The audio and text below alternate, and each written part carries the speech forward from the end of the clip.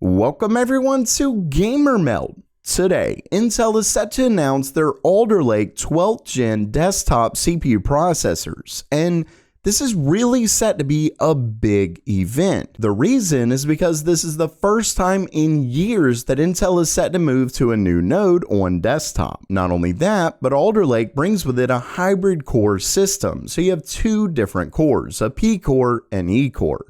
But anyway, enough of all of that. I'm actually here because just before the launch, pretty much everything has been leaked. We're talking performance, pricing, specs, all of that good stuff is here. And the reason why I'm not waiting another hour and a half or so for Intel to actually reveal it is because right after, Intel is actually set to put these on pre-order. So I figured I would get this information to you as quickly as possible, so if you are planning to pre-order, you don't have to wait for the videos after the announcement and all of that. With that said, I will have affiliate links down in the description below. So if you're interested, make sure to click those. It doesn't cost you anything more and it helps the channel out. Anyway, with all of that said, let's get started.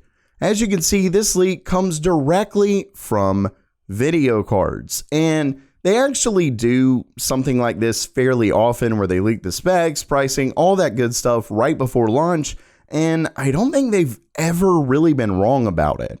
So anyway, let's get to it, and really quickly, as you can see, this looks almost definitively a slide directly from Intel, so this is almost certainly going to be 100% accurate. And starting things off, we have the 12900K, which if you've been following the channel, you pretty much already know all the specs on this already. But regardless, right now you can see we have 16 cores, 8 P cores, 8 E cores, 24 threads, and the reason why it's 24 is because only the P cores have multi-threading. Next, they have 30 megabytes of L3 cache, 14 megabytes of L2 cache, a boost up to 5.2 gigahertz, and the reason why there's tons of boost information is just because it's different for the P-core and the E-core. You can see the P-core max turbo is 5.1 gigahertz, but then the E-core max turbo is 3.9 gigahertz. The base frequency for the P-core is 3.2, the base for the E-core is 2.4.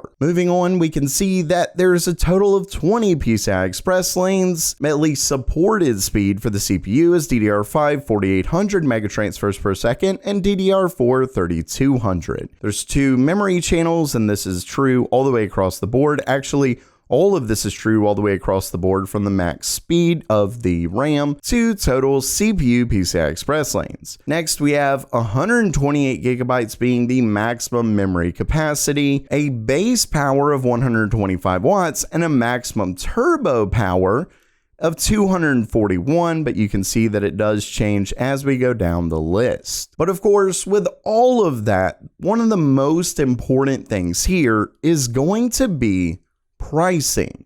And the reason why, as we've seen and we'll actually see a little bit more in just a second, is the fact that these 12th gen CPUs are effectively competing against the higher end AMD tier. So when you have the 12900K, that's actually going up against the 5950X.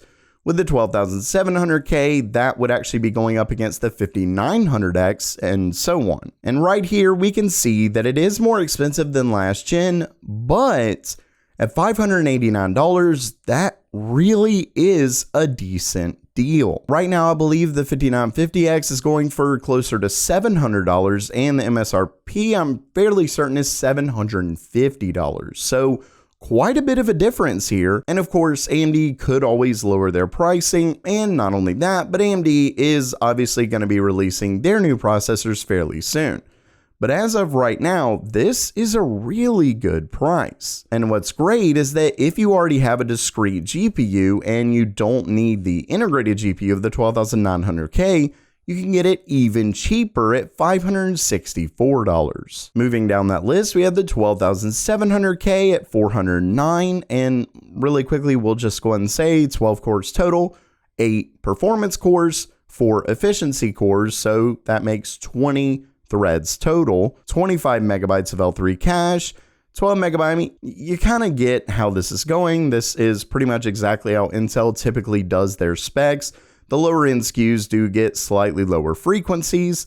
They obviously get less cores, things like that, and that is still true here. At least mostly. You will actually notice that the fewer cores, the higher the base frequency. And that is fairly obvious just because if they want to keep to that 125 watt TDP, obviously the fewer the cores, the higher they can raise that frequency. But the actual max turbo frequency does go down. So we can see it's 5 gigahertz max turbo technology 3.0 frequency, 4.9 for the P-Core max turbo frequency. The E-Core only gets up to 3.8. But still, that is definitely something to think about when we look at the base frequencies. And here we're looking at $409, which is certainly nothing to scoff at, especially when we go down to the 12700KF at $384. And lastly, we have the i5 12600K, which is a 10-core CPU, 6 P-cores, 4 E-cores, for a total of 16 threads. Then we have 20 megabytes of L3 cache, once again a slightly higher base frequency, although not as big of a jump as from the 12900K to the 12700K. This one is 3.7 gigahertz for the P-Core and 2.8 gigahertz for the E-Core. And this pricing is $289.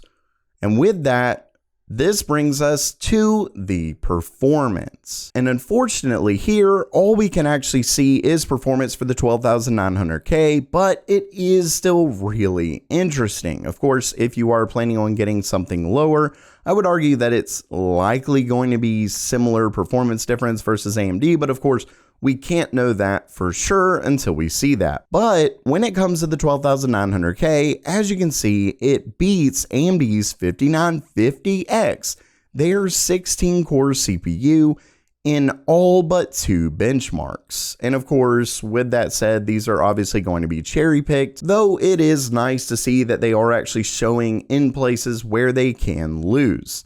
Overall, you can see here they get plus 8%, plus 11%, plus 14, 15, 16, 20, and then 30% in Troy, a Total War saga. But basically, it certainly does look like Intel is pitting the 12900K against the 5950X. Of course, how that's going to translate into more professional workloads that will likely use all of those cores, it is going to be tough to say. So far, we've more or less seen it kind of neck and neck with the 5950X, capable of beating it, but seemingly needing an overclock. But either way, the fact that it can get anywhere near the 5950X, especially at this price, it is really exciting. So with all of that said, all the rambling done, if you are interested in pre-ordering this, like I said, I will have links in the description below. I'm not 100% sure that they're going to go exactly where you need to go. It's basically a Newegg search. Hopefully these are going to be available for pre-order on Newegg. Either way, if you are interested, make sure to click that link. And if you liked the video, please give it a thumbs up and let me know what you think about these CPUs down in the description below. And as always, have a great day.